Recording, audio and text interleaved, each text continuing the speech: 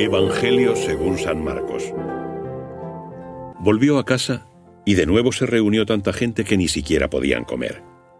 Cuando se enteraron los suyos salieron para llevárselo, pues decían, está fuera de sí.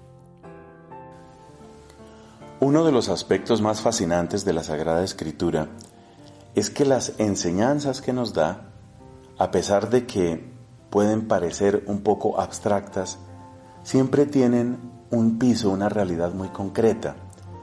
Por ejemplo, cuando nosotros hablamos de salvación, eso puede sonar un poco abstracto, pero cuando uno mira lo que hace Cristo, por ejemplo, con un leproso, uno dice, le cambió y le salvó la vida.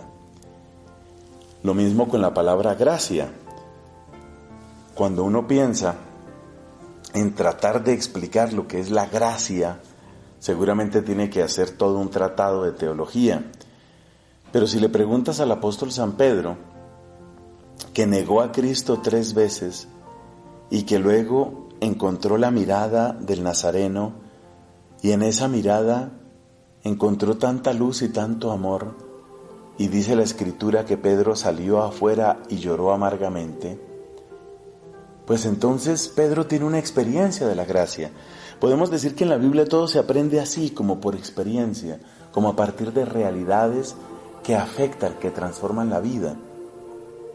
Por ejemplo, hay una frase muy bella en el profeta Ezequiel, de parte de Dios.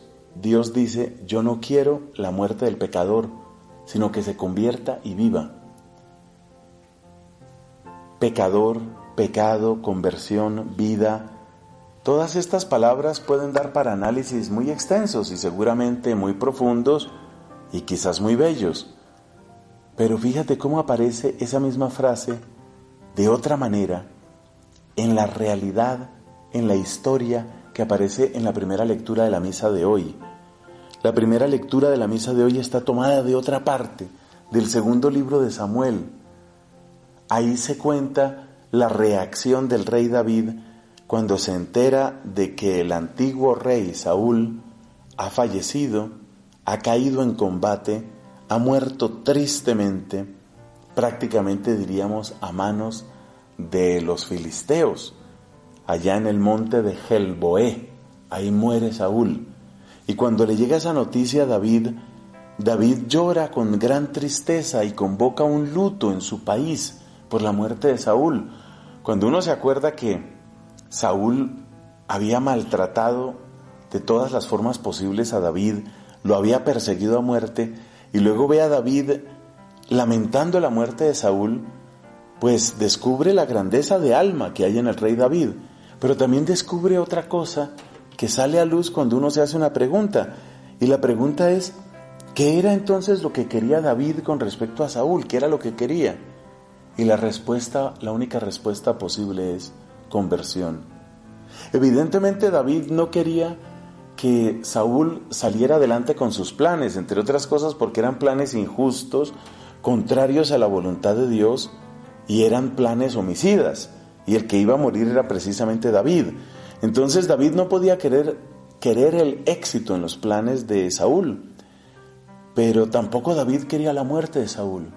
Entonces David no quiere que Saúl siga por el camino que va, pero tampoco quiere que muera. Entonces, ¿qué es lo que quiere David?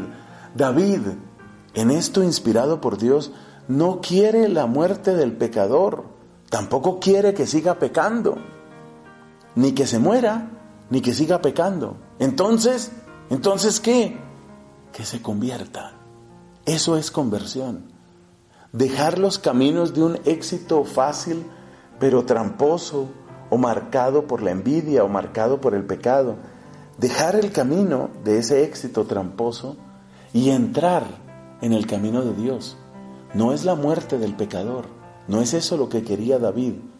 Él quería, y se ve en la historia concreta, no en un concepto ni en una explicación teórica, lo que quería David era conversión.